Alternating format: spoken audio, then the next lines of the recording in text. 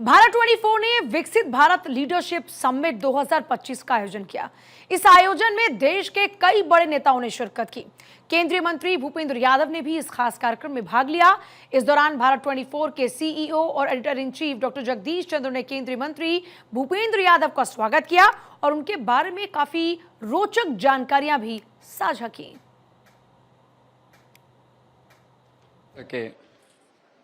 मुख्य अतिथि श्री भूपेंद्र यादव केंद्रीय मंत्री का हार्दिक स्वागत है।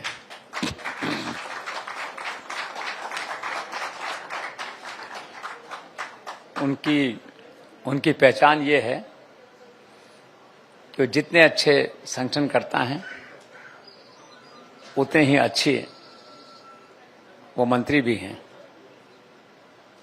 जनसंपर्क जबरदस्त है। मंत्री के रूप में, परिणाम देने वाले मंत्री के रूप में, रिजल्ट ओरिएंटेड मंत्री के रूप में उनकी छवि है। राज्यसभा में थे, अब लोकसभा का चुनाव अलवर से लड़ा, रिकॉर्ड मतों से जीते। राज्यसभा जाने वाले लोगों के बारे में आम धारणा रहती है कि शायद जनता से थोड़ा सा दूर रहते हैं और जब चुनाव होता है तो जनता को कैसे फेस करेंगे, कैसे वोट लेंगे। भूपेंद्र जी ने उस परंपरा को तोड़ा, उस मान्यता को तोड़ा, रिकॉर्ड मतों से जीते। मुझे याद है चुनाव अभियान के दौरान कांग्रेस ने कहा था कि बस एक बार आए हैं फिर लौट के नहीं आएंगे। उनकी धारणा गलत साबित हुई। आज देश के अगर 5 सांसद ऐसे हैं जिनका निर्वाचन क्षेत्र से इतना क्लोज कांटेक्ट है, उनमें भूपेंद्र जी एक हैं। हर शनिवार और संडे को आप इन्हें अलवर में ही पाएंगे। मैं खुद हैरान होता हूं, अखबार में जो फोटो और टेलीविजन पे देखता हूं, इतना फ्रीक्वेंट ट्रैवल दिल्ली से अलवर, सारी व्यस्तताओं के बावजूद जनता के बीच, और दुनिया भर की योजनाएं वहां पे जो हैं वो शुरू की हैं। वहाँ पे एक लाइब्रेरी योजना शुरू की है बच्चों के लिए। 104 पुस्तकालय लाइब्रेरीज खोलने का इरादा है पूरे क्षेत्र में, और प्रतिज्ञा कर रखी है कि माला नहीं पहनूंगा जब तक पूरे क्षेत्र में लाइब्रेरीज नहीं खोल दूंगा।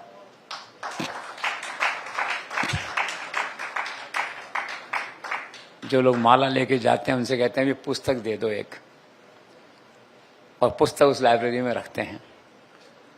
इसी तरह से जनसंपर्क अभियान है, जनसंपर्क अभियान जो है संवाद अभियान है। तो अगले 4 साल में जो समय बचा है, जितना भी इस कार्यकाल का, अलवर कॉन्स्टिट्यूंसी के हर गांव में जाना है, हर व्यक्ति से मिलना है। इससे बड़ा जनसंपर्क और क्या हो सकता है, पब्लिक कनेक्ट और क्या हो सकता है, आप ही देखिए। और वैसे आपका पग फेरा पार्टी के लिए बहुत भाग्यशाली माना जाता है। जिस राज्य के प्रभारी बनाए जाते हैं, चुनाव पार्टी जीत जाती है वहां। किस राज्य का नाम लूं और किसका छोड़ूं, और लेटेस्ट चुनौती शायद बंगाल की मिलने वाली है, ऐसी चर्चा है। कठिन से कठिन चुनौती और ज्यादा से ज्यादा परिणाम जिसे कहते हैं, वो आपके व्यक्तित्व की विशेषता है। मेरे विचार से शायद आज जितने भाजपा शासित राज्य हैं उनमें 80% राज्यों में आप चुनाव प्रभारी रह चुके हैं, चुनाव जिता चुके हैं अधिकांश के अंदर। इसीलिए गाहे बगाहे जब भी चर्चा चलती है पार्टी अध्यक्ष की, आपकी रुचि हो सकता है न हो उसमें, लेकिन नाम चलता है, एक आम सहमति का नाम चलता है। और केवल इसीलिए चलता है कि मेहनत के बल पे, संगठन के बल पे कोई आदमी अगर अपने व्यक्तित्व को बनाता है, उसका नाम है भूपेंद्र यादव तो है। और एक आखिर में बड़ी महत्वपूर्ण बात है, थोड़ा सा व्यक्तिगत है लेकिन इम्पोर्टेंट है, वो ये है, आपके मन में अपनी कोई राजनीतिक महत्वाकांक्षा नहीं है। इन्हें कोई मुख्यमंत्री नहीं बनना है, कोई मंत्री नहीं बनना है। जो ईश्वर ने दे दिया, जो नरेंद्र मोदी अमित शाह ने दे दिया, उसे प्रसाद समझ के स्वीकार किया और अपने काम में लग गए, मैंडेट को लागू करने में। जो है तो सत्ता के प्रति मोह जीरो जिसे कहते हैं। कार्यकर्ताओं के मन में भी एक्स्ट्रा एम्बिशन नहीं रहता इनका। कार्यकर्ता वही कहते हैं जो नेता कहता है आमतौर पे। अब उदाहरण लीजिए, जैसे उड़ीसा में गया पिछली बार, उड़ीसा धर्मेंद्र प्रधान, उनके पिताश्री का निधन हुआ था। मैं गया वहाँ पे, कार्यकर्ताओं ने कहा कि पिताश्री के मन में एक इच्छा थी अंतिम कि धर्मेंद्र प्रधान एक बार उड़ीसा के मुख्यमंत्री बन जाएं। गडकरी जी के लोगों से मिलते हैं तो उनके मन में होता है कि यार एक बार ये महाराष्ट्र के मुख्यमंत्री बन जाएं। लेकिन इनके कार्यकर्ताओं के मन में, इनके मन में ऐसी कोई एक्स्ट्रा एम्बिशन या ऐसी कोई होप नहीं है। और लोकप्रियता की बात मैंने कही, पिताश्री की बात चली वहाँ उनके, तो आपके पिताश्री का भी निधन हुआ कुछ समय पहले। मैं गया तो हरियाणा और राजस्थान के हजारों लोगों 10 दिन में वहाँ पे आए। तो मेरे लिए तय करना मुश्किल था कि हरियाणा के लीडर हैं कि राजस्थान के लीडर हैं। और फिर इनके घर पे चले जाइए, हर प्रांत का कार्यकर्ता इनके घर पे आपको मिलेगा, चाहे वो बंगाल का हो, बिहार का हो, मध्य प्रदेश का हो, उड़ीसा का हो। ये विचित्र स्थिति है। तो ऐसी विनम्रता के साथ इतनी लोकप्रियता और इतनी पावर को आप कैसे अकोमोडेट करते हैं, इसके लिए आप बधाई की और प्रशंसा के पात्र हैं। आप यहाँ पधारे, इसलिए हम आपका आभार व्यक्त करते हैं और आपको विश्वास दिलाते हैं कि राजस्थान के अलवर जिले में आप कायाकल्प करने का जो बीड़ा आपने उठाया है, जिले के अलवर बहुत उपेक्षित था 50 साल से 40 साल से, उसका बीड़ा आपने उठाया है। आपके उस अभियान में फर्स्ट इंडिया भारत 24 वो हमेशा आपके साथ हैं, आपके साथ खड़े रहेंगे जन कल्याण की योजनाओं में। Thank you so much. और अब आपको दिखाते हैं केंद्रीय मंत्री भूपेंद्र यादव के साथ पूरी बातचीत। स्वागत का भारत 24 के इस मंच पर। और जैसे ही सर आप यहाँ पर आए, मुझे सबसे पहले मेरे जहन में एक ही बात आई कि आज पूरे देश को आपकी जरूरत है, इस डिपार्टमेंट की जरूरत है, क्योंकि ग्लोबल वार्मिंग से जैसे आज देश और दुनिया जूझ रहा है। कल भी प्रधानमंत्री मोदी ने बहुत सारे विकास परियोजनाओं की सौगात दी है और एनटीपीसी उसमें शामिल है। तो जाहिर तौर पर जो विकास है वो दर आगे बढ़ रहा है, लेकिन सर सबसे बड़ी समस्या प्रदूषण को लेकर है। और खासतौर पे चूंकि हम दिल्ली एनसीआर में रहते हैं तो ये एक मेजर प्रॉब्लम है। हमारी डिपार्टमेंट किस तरीके से काम कर रही?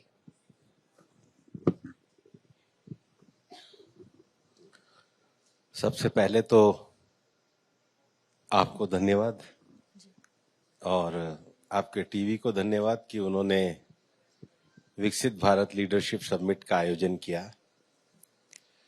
और आपका जो प्रश्न है ये विकसित भारत से जुड़ा हुआ प्रश्न है, क्योंकि प्रधानमंत्री नरेंद्र मोदी जी की कल्पना में विकसित भारत में इकोलॉजी और इकोनॉमी दोनों स्ट्रांग होनी चाहिए। पर्यावरण की रक्षा होनी चाहिए, पर्यावरण के प्रदूषण पे नियंत्रण होना चाहिए जी। जो सबसे बड़ा कारण है कि हम एक ऐसे दौर में रह रहे हैं जो एनर्जी बेस्ड सोसाइटी हमारी है। अब ये जो इतना एनर्जी का कंजम्पशन है, इसका साइड इफेक्ट ये है कि उतना ही कार्बन एमिशन होता है एनर्जी के उत्पादन में। तो भारत ने दुनिया को के सामने जो अपना संकल्प किया है, जिसको भारत के एनडीसीज कहते हैं, नेशनल डिटरमिन्ड कंट्रीब्यूशन, उसमें हमने 3 क्वांटिटी लक्ष्य तय किए थे। पहला, हम अपना इकोनॉमिक ग्रोथ जब करेंगे तो उसके साथ उस टेक्नोलॉजी पे जाएंगे जो कार्बन एमिशन को कम करती हो जी। इसका जो लक्ष्य हमने 2030 के लिए 40% रखा, उसको हमने 2021 में प्राप्त किया। जी। दूसरा लक्ष्य भारत ने यह दिया कि एनर्जी उत्पादन में भारत जो अपनी क्षमताओं को बढ़ाएगा, उसमें रिन्यूएबल क्षेत्र में क्षमताओं को बढ़ाएगा जिससे कार्बन एमिशन कम हो। जी। और उसको लेकर के भी हमने अपने लक्ष्य को प्राप्त किया। लेकिन जो सबसे बड़ी समस्या है कि हमारे मेजर सिटीज जो हैं वो पॉल्यूशन के शिकार हैं, और उस पॉल्यूशन का कारण एनर्जी उत्पादन के साथ साथ व्हीकल पॉल्यूशन है, इंडस्ट्रियल पॉल्यूशन है, कंस्ट्रक्शन है, पेड़ों का कम होना है, डस्ट है। और उसके लिए हमने एनकैप के अंतर्गत, नेशनल क्लीन एयर प्रोग्राम के अंतर्गत 131 सिटीज को चुना और उनमें क्या नवाचार हो सकते हैं, क्या नए प्रयोग हो सकते हैं, और अब हम उनकी लगातार एक रैंकिंग भी बनाते हैं। जी। और जो भारत सरकार के अलग अलग मंत्रालयों की योजना चलती है, चाहे हमारा ट्रांसपोर्ट डिपार्टमेंट हो, कंस्ट्रक्शन के लिए रोडवेज हो, अर्बन प्लानिंग हो, इन सबको कोऑर्डिनेट करके 16 मंत्रालयों को कोऑर्डिनेट करके उनकी स्कीम का जो स्टॉप गैप अरेंजमेंट है उसके द्वारा हम शहरों के पॉल्यूशन सुधारने में लगे हुए हैं। लेकिन शहरों को हरा भरा बनाने के लिए प्रधानमंत्री जी ने एक बड़ा अभियान भी दिया है, एक पेड़ माँ के नाम। और अपने अपने शहर में अगर सब एक एक पेड़ अपनी माँ के नाम पे लगाएंगे तो ये मैं इसलिए कह रहा हूं कि यही समय है पेड़ लगाने का। 5 जून को स्वयं प्रधानमंत्री जी ने दूसरी बार इस वृक्षारोपण का कार्यक्रम दिल्ली रिज पे किया ही है। जी। हमारे सामने स्वामी जी बैठे हैं, वो तो पेड़ लगाने के प्रति पूरे जुनून की तरह काम करते हैं। तो सब मिलकर के पेड़ लगाइए, धरती माँ को हरा भरा बनाइए और प्रदूषण को कम भी कीजिए।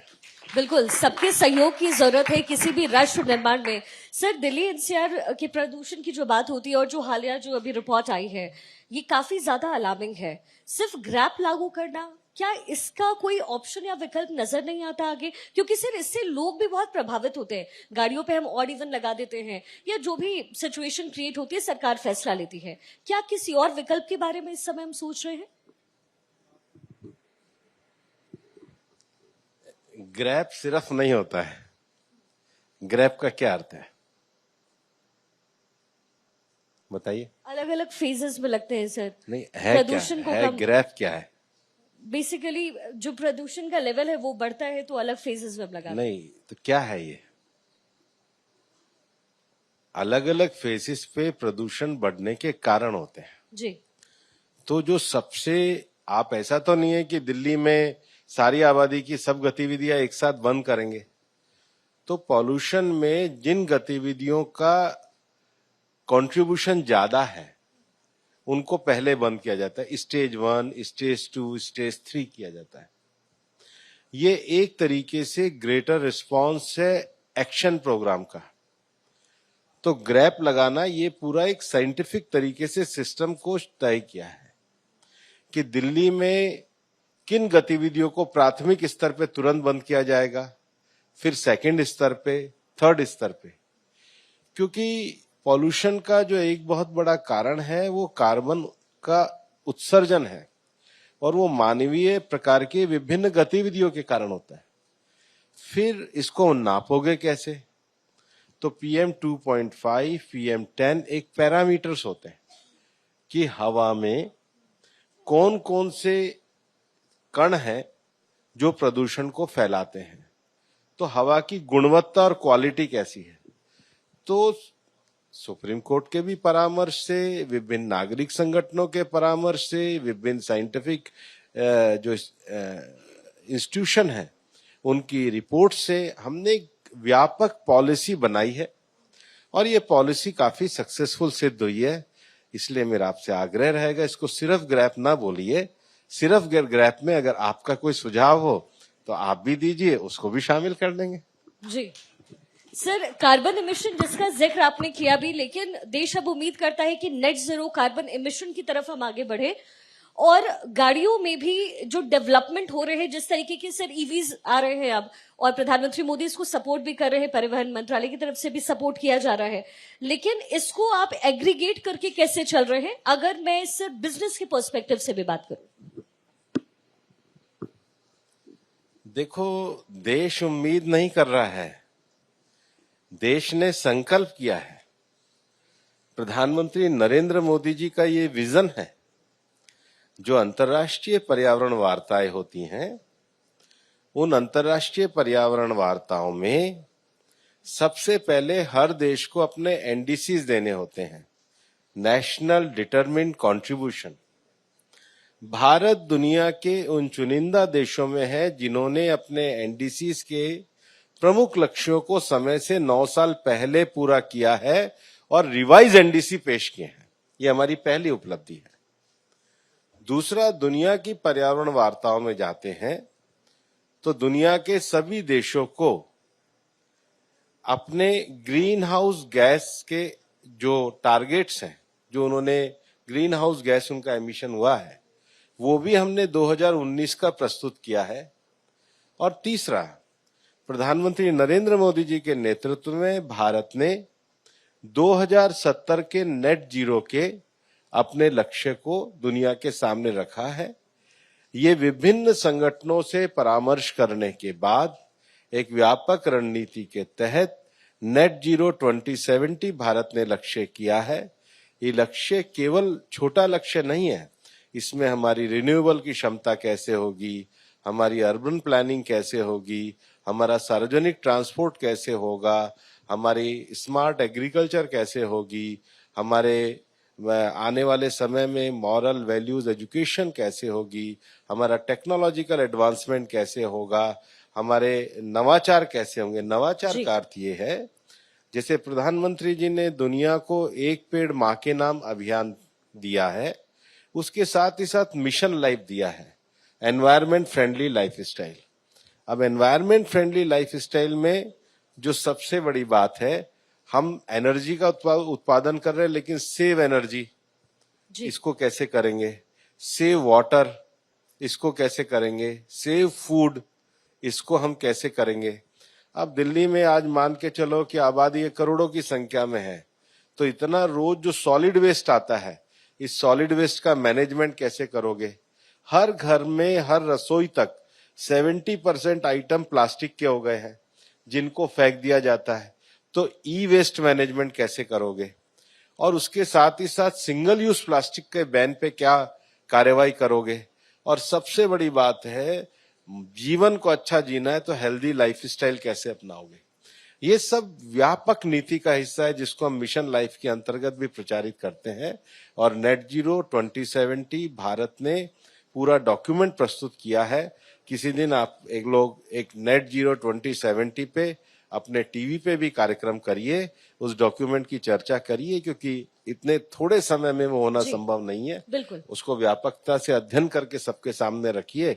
जो नए सुझाव आएंगे उनका भी हम स्वागत करेंगे। बिल्कुल सर, हम ऐसा जरूर करेंगे। और भारत 24 अक्सर जब भी सर बात खासतौर पर पर्यावरण की होती है तो उसके टुवर्ड्स हम अपनी चेतना से जरूर काम करते हैं। सर, अब कुछ सियासी खबरों का भी रुख कर लेते हैं। आने वाले दिनों में बिहार में चुनाव होने हैं और मैं खुद सर बिहार से हूँ। प्रधानमंत्री मोदी ने मिथिलांचल पर बहुत फोकस किया है, लेकिन बिहार में इस समय क्या स्थिति परिस्थिति आप देख रहे हैं? एनडीए की सरकार बनने जा रही है जी। मुख्यमंत्री के सर नाम की चर्चाएं भी बहुत हो रही, तो एनडीए तय करेगा। और नीतीश जी के नेतृत्व में चुनाव चल रहा है और नीतीश जी ने बड़ी सक्षमता के साथ बिहार को आगे बढ़ाया है। बिल्कुल सर। और नीतीश कुमार लेकिन खुद कह रहे हैं, उनका परिवार कह रहा है, जो विपक्षी पार्टी है वो भी कह रही है कि नीतीश कुमार ही चीफ मिनिस्टर बनेंगे। अभी एनडीए के नेता हमारे वहाँ नीतीश जी हैं और एनडीए के नेतृत्व में हम सरकार चुनाव लड़ेंगे और सरकार बनाएंगे। जी सर, जिस जंगल राज को लेकर के सवाल उठाए जाते थे, बीजेपी ने भी जोरदार तरीके से जंगल राज को लेकर के सवाल उठाए, लेकिन हालिया जो घटना है जो बिहार में हो रही है वो वाकई चिंताजनक है। अब विपक्ष आप पर भी आरोप लगा रहा है, एनडीए सरकार पर आरोप लगा रहा है कि आप में और हम में क्या फर्क है और किस आधार पर आप वोट की बात कर रहे हैं। आप क्या समझते विपक्ष हमारी तारीफ में कसीदे पड़ेगा? लेकिन विषय ये नहीं है। विषय ये है कि आरोप लगाने वाले लोग कौन हैं, आरोप लगाने वालों का इतिहास क्या है, आरोप लगाने वालों की क्रेडिबिलिटी क्या है, आरोप लगाने वालों की सोच क्या है। उनकी सोच छोटी है, उनकी विरासत खराब है, उनकी नीयत ठीक नहीं है, उन पे बिहार की जनता का विश्वास नहीं, इसलिए उनके आरोप भी झूठे हैं। एनडीए से संगठित होकर के चलती है, लेकिन आपके जो अपने सहयोगी दल हैं उनमें भी रस्साकशी का माहौल इस समय टिकट्स को लेकर के और नंबर ऑफ सीट्स को लेकर के से नजर आ रहा है। क्या ये सच है? ये झूठ है। लेकिन सर आपके सहयोगी तो सामने आकर के कह रहे हैं, आप तो झूठ कह रहे हैं सर, लेकिन चिराग पासवान है, जीतन राम मांझी है, वो तो सामने आकर के कह रहे हैं, भले आप इसको झुठला। सब हमारी सरकार का हिस्सा है, सब मिलकर के बिहार का विकास कर रहे हैं। किसी ने भी बिहार के विकास से असहमति बताई हो तो स्टेटमेंट में आपका जवाब दूंगा। तो सर ये भी कहा जा रहा है कि चिराग पासवान जो सीटों के बारे में बात कर रहे हैं, अपनी सरकार पे जो सवाल उठा रहे हैं, ये एक रणनीति हो सकती है शायद उनकी या फिर बीजेपी की भी। क्या आप सहमत है? आप मुझसे बात कर रही हैं, कोई बुराई है? बताओ कोई बुराई है? बात करने में क्या बुराई है? बात तो करते ही हैं सब लोग, सब एक साथ चल रहे हैं, एक स्वर से चल रहे हैं, प्रधानमंत्री नरेंद्र मोदी जी के नेतृत्व में चल रहे हैं। ऐसे ही चला जाता है राजनीति में। सर आप तो बिहार को समझते हैं, पिछले 2 बार के चुनाव में आप प्रभारी बनाए गए, इस बार बिहार में सर कैसे क्या आप महसूस कर रहे हैं, क्या अलग है इस बार? नीतीश कुमार, उनके स्वास्थ्य की भी सर चर्चा होती है, इस बार रणनीति में क्या बदलाव? एक तो वोटर लिस्ट वाला तो सर आया ही है जो इलेक्शन कमीशन की तरफ से है, इसमें भी विपक्षी पार्टी आप पर आरोप लगा रही है, कह रही है ये आपकी रणनीति है। ऐसा है कि विपक्ष की पार्टियों में कांग्रेस पार्टी ने इलेक्शन कमीशन को ज्ञापन दिया और उन्होंने हम पे आरोप लगाया कि भाई मतदाता सूचियों की समीक्षा होनी चाहिए। अब कांग्रेस की मांग पे इलेक्शन कमीशन ये जो मतदाता सूचियों की समीक्षा करा रहा है, तो अब इनको आपत्ति क्या हो रही है? इन्होंने तो रिटर्न में दिया है कि इसकी समीक्षा करो। पहले तो आपको उनको पूछना चाहिए कांग्रेस वालों को कि भाई आप ही तो ये देकर के आए थे कि मतदाता सूचियों की समीक्षा होनी चाहिए, क्यों नहीं होनी चाहिए? और मतदाता सूचियों की व्यापक समीक्षा कोई पहली बार नहीं हुई है, 8 बार तो कांग्रेस के राज में हुई है। और मतदाता सूचियों की समीक्षा करना ये चुनाव आयोग का काम है और सबको सहयोग देना चाहिए। अब कल का आंकड़ा देखिए, बिहार में कल का आंकड़ा है कि 93-94% लोगों ने फॉर्म जमा करा दिए। और जो 83 ज्यादा हो गया है अब सर, 88 तक ही है कल तक। अब आप 5% तो आपने 1 मिनट में बढ़ा दिए। मैं कैसे विश्वास करूं आपकी बात का? सर 88% है। अभी भी आप थोड़ा उठने के बाद फिर बताइएगा। चलिए ठीक है चलो, नहीं आपने 83 सर, मैं वो भी बताऊंगी जो लोग आरोप लगा रहे हैं। बताइए, पहले उन्हीं को सुन लेते हैं। Rest of the people sir वो ये भी कह रहे हैं कि आपने इतनी हड़बड़ी में आखिर क्या जरूरत थी, थोड़ा और समय ही ले लेते, क्या दिक्कत है? तो फिर क्योंकि चुनाव- बहुत सारे लोग हैं जिनके सर्टिफिकेट्स नहीं है सर। अच्छा, कौन करा रहे हैं? ये क्या कहते हैं? इलेक्शन कमीशन करा रहा है सर, इलेक्शन- बिल्कुल करा रहा है। इलेक्शन कमीशन करा रहा है। ज्ञापन किसने दिया कि मतदाता सूचियों की समीक्षा होनी चाहिए? कांग्रेस। तो ये कांग्रेस और इलेक्शन कमीशन के बीच की बात है, आप हमें पे क्यों सर, आरोप लेकिन लगा रही हो? बिहार का जिक्र नहीं, ये तो आप बताइए, ये तो आप खुद कह रही हैं कि कांग्रेस ने ज्ञापन दिया और चुनाव आयोग करा रहा है, तो हम कहां बीच में आ गए? हम तो नागरिक के नाते सहयोग कर रहे हैं। ये कैसी राजनीति कर रहे हो भाई? चिट भी मेरी पट भी मेरी, ऐसे कैसे राजनीति चलती है भाई? आप खुद कह रही हैं कि कांग्रेस ने ज्ञापन दिया और आप खुद कह रहे हैं इलेक्शन कमीशन करा रहा है, और आप खुद कह रही हैं कि 88% लोगों ने दे दिया, और उसके बाद इलेक्शन कमीशन ने 2 दिन पहले एक विज्ञापन निकाला है कि अगर कोई ईमेल से, व्हाट्सएप से वो भी देना चाहे बाहर का व्यक्ति तो दे सकता है। तो क्या किसी भी इलेक्शन में 3-4% लोग जो है वो डेथ नहीं होती, जगह नहीं बदलते, ट्रांसफर नहीं होते? और फिर ये जो पूरी प्रक्रिया है ये 3 लेवल पे है। जी जी अब आप बताइए, आपको पता है तो? सर, 3 लेवल पे ये है कि पहले मतदाता सूची पब्लिश होगी, फिर उनके ब्लॉक के स्तर पे होगा, फिर जिला स्तर पे होगा, फिर चुनाव आयोग के स्तर पे होगा। तो 3 बार अब जब मैं आपकी बात को स्वीकार करूं कि 88% लोगों ने तो कर दिया है और 5-6% लोग और कर देंगे, उसके अलावा भी ईमेल व्हाट्सएप से है, तो देश में 97-98% तक ये चीज जा रही है। जी। उसके बाद भी 3 स्तर पर समीक्षा है, जिसका नाम कटेगा उसको पहले नोटिस दिया जाएगा। जी। तो इससे ज्यादा ट्रांसपेरेंट सिस्टम क्या है? बिल्कुल। और मांग उनकी, काम इलेक्शन कमीशन का, और फिर आरोप भी उन्हीं के। ऐसी झूठ की सत्ता राजनीति। की जंग में आरोप तो लगते ही हैं। तो झूठे आरोप नहीं लगते सर, और एक झूठे और झूठे लगते नहीं और झूठे चलते नहीं है। इसलिए जो आपने मेरे से शुरू में प्रश्न पूछा ना, जी मैंने जो कहा कि भाई जो विपक्ष अपनी विश्वसनीयता खो चुका है उनके आरोपों का क्या जवाब देना। जी अब आप ही खुद कह रही हो कि सर ये तो झूठे मूठे लगा रहे हैं, तो नहीं मैं सर, धन्यवाद ऐसा देता मैंने हूँ। नहीं कहा सर, मैंने सिर्फ उनकी बात आपके सामने रखी। सर एक आखिरी सवाल आपसे मेरा, और वो भी इसलिए क्योंकि मुझे शायद लगता है कि आप जवाब ना भी दे, लेकिन मेरे नहीं, पास मैं- ये कहने को होगा मैं सर पहले कि मैंने स्पष्ट ये कर सवाल दूं। पूछा और आपने जवाब दिया। राष्ट्राध्यक्ष के नाम को लेकर चर्चा हो रही है, सर ने भी इसका जिक्र किया। क्या मैं फ्यूचर राष्ट्राध्यक्ष से बात कर रही हूँ इस समय इस मंच पर? ना, अभी नहीं कर रही। फ्यूचर से, इसलिए मैंने फ्यूचर बोला, भविष्य। ये सवाल है ही नहीं, जी और इसका जवाब भी दिया, ऐसा भी नहीं जवाब नहीं बिल्कुल दिया। सर, नहीं कर रही है। बिल्कुल सर, आपने बिल्कुल जवाब दिया। थैंक यू सो मच इस मंच का हिस्सा बनने के लिए। Thank you.